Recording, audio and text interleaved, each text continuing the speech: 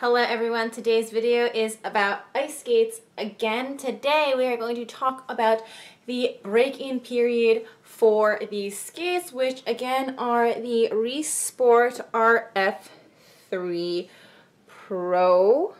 There it is. And they're kind of like moist because like it's raining outside and I got stuck in it. So they're like wet on the inside. But anyway, I can't really do much of a break-in for my old skates because I didn't really have any break-in issues aside from really just getting used to the size of the toe pick. But with this pair I had a little bit more of break-in issues, which I will share with you right now. I just want to say that I have nothing against these skates. They were actually really comfortable out of the box. They felt amazing. I didn't even need to heat mold them, but I chose to heat mold them because I like putting my foot in a warm skate. And honestly, before and after heat molding, it really didn't feel any different. It was just kind of like the perfect shape for my foot. However, these skates are a lot stiffer than my old ones, which are the Jackson L, which I think on the hardness scale is 35 on the stiffness scale that they use, and these are 60, I believe, 65, 60 or 65. Now, the stiffness of skates, the rating is different from manufacturer to manufacturer, so obviously Jackson's rating numbers are going to be different than Risport's rating numbers. But just using that as a tiny indication, they are double the stiffness of Jackson's. So I did have not a big issue, but like a little issue. I would say the biggest thing that I had was the tongue. The tongue right now isn't that hard, but as you can see, I'm having trouble bending it. But when I got it, like this foam part wasn't as soft as it was, and it kept pressing against my shin. And they say that when you have new skates, you should only be skating in them 15 to 20 minutes at a time and only doing like forward stroking and gliding. And the first time I had these skates on, I was on the ice for about 4 hours, which may have been a mistake, but nothing terrible happened. But basically, the tongue was putting so much pressure on my shin, even though I did put padding in there, that for the next month, every single time I like flexed or pointed my foot, my shin where the tongue was pressing had this like, it just felt like a bunch of bubbles were popping. Like, you know when you pop bubble wrap? So it felt like that. It was like really fast, and it was just a strange feeling, and I was just like, I don't know if this is gonna be okay. But I spoke to someone else, and she wears Harlicks, and she said that was completely normal and it would eventually go away. So I took her word for it, and it did go away. I don't really have the issue now. It's been approximately a month and a half since I've had these skates. Meanwhile, my other friend who skates a lot said that he spent too much time in his new skates and he ended up fracturing his shin. Because the skates were too hard and weren't giving in, and he was pushing through it, and he like had a hairline fracture. So on the other side of the coin, glad that didn't happen to me.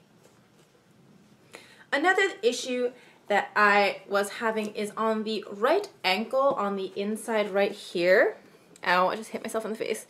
The tongue kind of like presses against the inside of my ankle, and that kind of gave me a really big bump that really hurt, and I couldn't even like walk in the skate because it just hurt my ankle so much. But what I did was I heat molded it again myself at home with a hairdryer. I just spot molded it, and what I did is I took the tongue, and instead of, I don't know if you can see like this right here, but it used to be like this. So when I heat molded it again, I just kind of turned it a little bit outwards so the tongue isn't pressing against my ankle as much. Now, the issue with this is a lot of skate manufacturers recommend that the tongue is straight, just like this, when you tie it so it gives you proper support. But to be quite honest, I feel like the way we all move our feet causes the tongue of any shoe to kind of twist towards the outside of the ankle anyway, and obviously there's like a notch here to keep it in the center because it's really important, but you know, I wasn't about to like punch out the ankle or cut the tongue, so I tried like shifting it a little instead, so now it kind of looks more like this, I guess, if you can see it. Ever so slightly turned to the outside, and that has fixed the issue. The other thing that I had a problem with is, so my old skates gave me bunions. They're small, but I didn't want that to happen in this skate, so I did have this skate heat molded at the store with a toe spacer inside, so there is enough space for me to wear a toe spacer, even though I like haven't worn the toe spacer since I did that. So there is space to accommodate a toe spacer, and if I don't wear the toe spacer, I can also wear like one of those like bunion gel pads in my skate, so there is enough room for that in here. I will say that might have contributed to my toe box issue, where the toe box was just too high, but that's just a theory. I'm not sure. Maybe the toe box is just too high in general.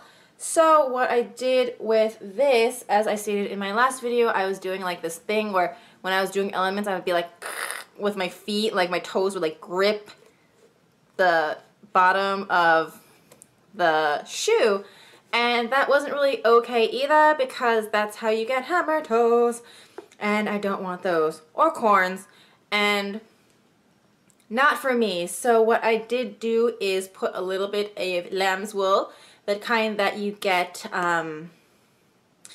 in like point when you do ballet. I put some in the toe of each shoe, and it is perfect. So now that I've had these for about a month and a half, I really have no complaints. Like, I really don't. I love them so much. Again, they're still kind of too new for any problems that haven't arisen yet to arise, so hopefully nothing happens. But I do hope that I have a long life with these skates because I really like them. And we'll see. It's been a month and a half, and hopefully we will have many more months together before I start complaining about something. And if I do, I'll make a video. So this was pretty much all of my break-in issues with these skates, and now they're fine. I love them so much. They still smell new too. They smell like paint, or like paint thinner or something, and I love them. So anyway, this is the end of my video, guys. Thank you so much for watching, and I'll see you guys next time. Bye!